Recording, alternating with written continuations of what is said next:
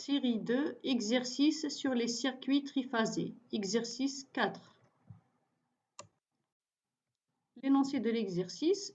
Un essai à 2 wattmètres monophasé sur un moteur triphasé a donné les résultats suivants.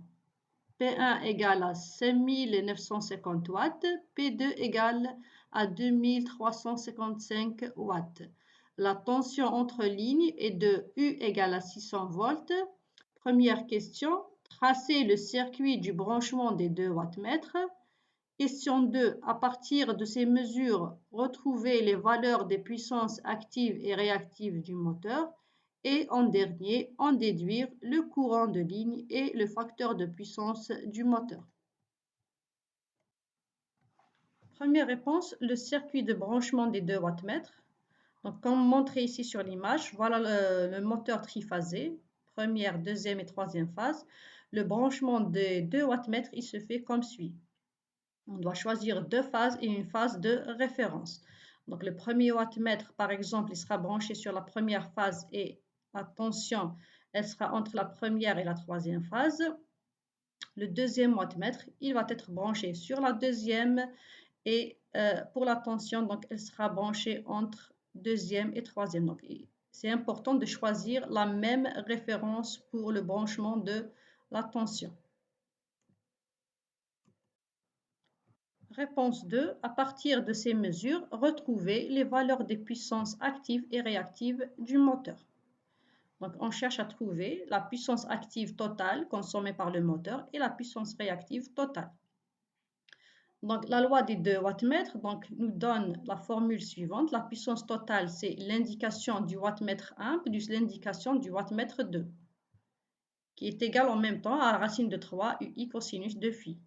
Et pour la puissance réactive, donc elle est donnée par racine de 3, indication du wattmètre 1 moins indication du wattmètre 2.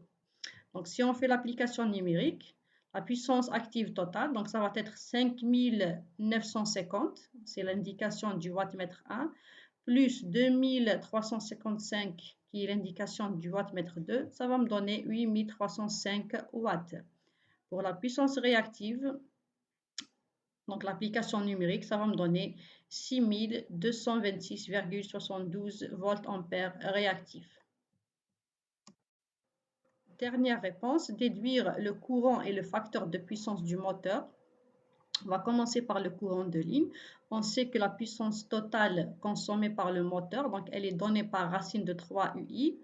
Et en même temps, c'est la puissance totale au carré plus la puissance réactive la puissance active totale au carré plus la puissance réactive totale au carré racine. Donc, nous avons ces données. Donc, S total, donc, on peut le calculer à partir des puissances actives et réactives. Donc, ça va me donner 10 380,02 volts ampères. Donc, on peut avoir le courant à partir de cette formule. I, c'est S sur racine de 3 U. Donc, S, on l'a trouvé, racine de 3 fois 600. Ça va me donner le courant, donc c'est 9,99 ampères. Pour le facteur de puissance, donc cosinus phi, c'est P sur S, donc c'est P total, la puissance totale, la puissance active totale, sur la puissance apparente totale. Donc, ça va me donner un cosinus de phi de 0,8.